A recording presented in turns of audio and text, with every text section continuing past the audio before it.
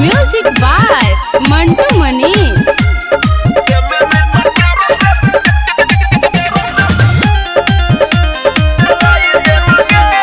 DNS music recording studio Rachauli. चढ़ल हो फागुन के लहर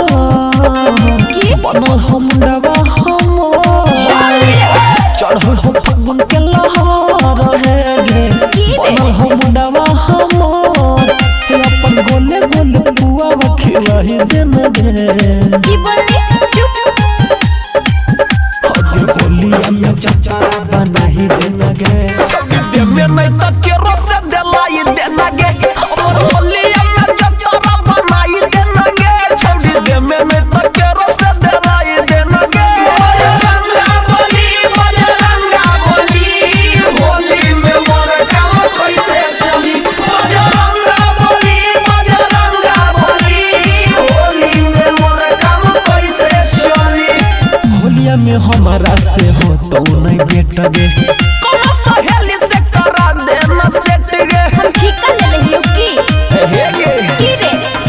होलिया में हमारा से हो तो नहीं बेटा गे कौन सहेली से करा देना सेट गे भाग में यहाँ से पुआ नई हम तो दूधा पिलही दिन गे होलिया में जचारा बनाही दिन गे दे में नहीं त के रस देलाई दिन गे हमर होलिया में जचारा बनाई दिन गे छोड़ी दे में नहीं त के रस देलाई दिन गे हंडला बाबू पिचकारी वाला रंग करतौ फुचुर हंडला बाबू पिचकारी वाला रंग करतौ फुचुर सौरभ सुगम के बुझे लाचारी होलिया में दुख बड़ी हकोगे भारी चल जाओ पागल कहीं के की रे राइटर सुदामा के बुझे लाचारी होलिया में दुख बड़ी हकोगे भारी